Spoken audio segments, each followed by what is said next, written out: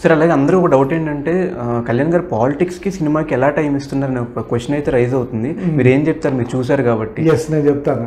Very అంటే చాలా చాలా అంటే చాలా సింపుల్, చాలా హార్డ్ క్వశ్చన్ అది. ఆయన is a very hard worker. ఆయన ఒక 4-5 గంటల కంటే ఎక్కువ పడుకోరు. ఆయన ఈ కంప్లీట్లీ వర్క్స్ అంటే సినిమా తర్వాత పాలిటిక్స్ ఆ రెండు బ్యాలెన్స్ చేసుకుంటారు. ఆయన పర్సనల్ లైఫ్ని కూడా ఆయన బ్యాలెన్స్ చేసుకుంటారు. Is a very very hard worker and multi task.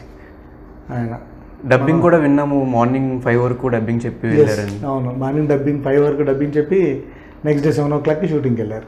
అంటే ఆల్రెడీ 1.5 or 2 hours టైం ఉంది అంతే. సార్ మీరు చెప్తున్న మీ ఫేస్లో ఎక్సైట్మెంట్ తెలిసిపోతుంది సార్. ఆయన గురించి మాట్లాడినప్పుడు మీ ఫేస్ చిన్న గ్లో అవుతుంది. ఎందుకంటే అది అంటే ఆయన కనిపిస్తే చాలు, మీరు ఎక్కడైనా చూస్తే కూడా ఐ హ్యావ్ స్మైల్.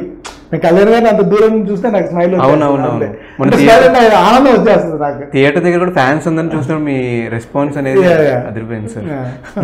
సో అంటే వెరీ ఎమోషనల్ గా ఫీల్ అయ్యాను నేను యాక్చువల్లీ.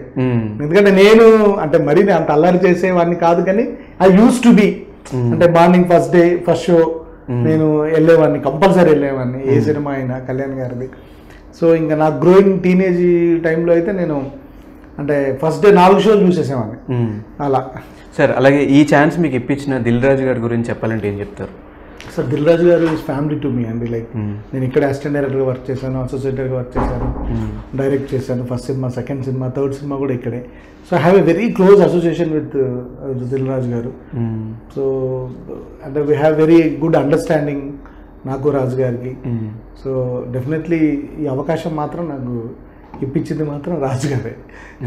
సో నేను ఈ సంస్థలో ఉన్నాను కాబట్టి నాకు అవకాశం వచ్చిందా అని అన్నారు.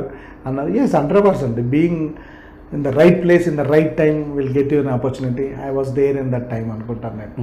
ఫస్ట్ టైం సార్ వచ్చి సార్ మీరే చేస్తున్నారు ఈ సినిమా అన్నప్పుడు మీ రియాక్షన్ ఏంటి సార్? అంటే ఫస్ట్ రాజుగారు చెప్పినట్టే జోకులు చేయగానే సార్ అని చెప్పి అన్నారు. అంటే నా ముందే డిస్కషన్స్ జరుగుతుండేవి అది ఆ సినిమా గురించి. మనం అంటే never thought I will have అంటే ఆ ప్లేస్ మనకు వస్తుందని నేను అనుకోలేదు. అది అందువరకు ఏదో కామెడీ చేయగలను సార్ అన్నాను. కానీ సార్ మీ సినిమా మీద భయంకరమైన ఎక్స్పెక్టేషన్స్ ఉన్నాయి. ఎందుకంటే ఫ్యాన్స్ మాట్లాడుతున్నప్పుడు విన్నాను, పవన్ కళ్యాణ్ అంటే మీరు మాట్లాడుకున్నప్పుడు విన్నారు, వేరే వాళ్ళు మాట్లాడుకున్నప్పుడు నేను విన్నాను సార్.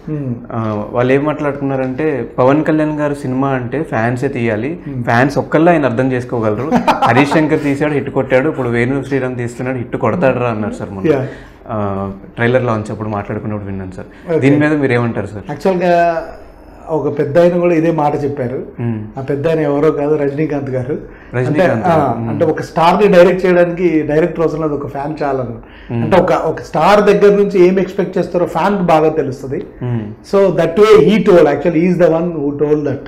యాక్చువల్లీ ఒక స్టార్ కి డైరెక్ట్ చేయడానికి ఒక ఫ్యాన్ చాలు, ఒక మంచి ఫ్యాన్ స్టార్ తో ఒక మంచి సినిమా తీయగలుగుతాడని.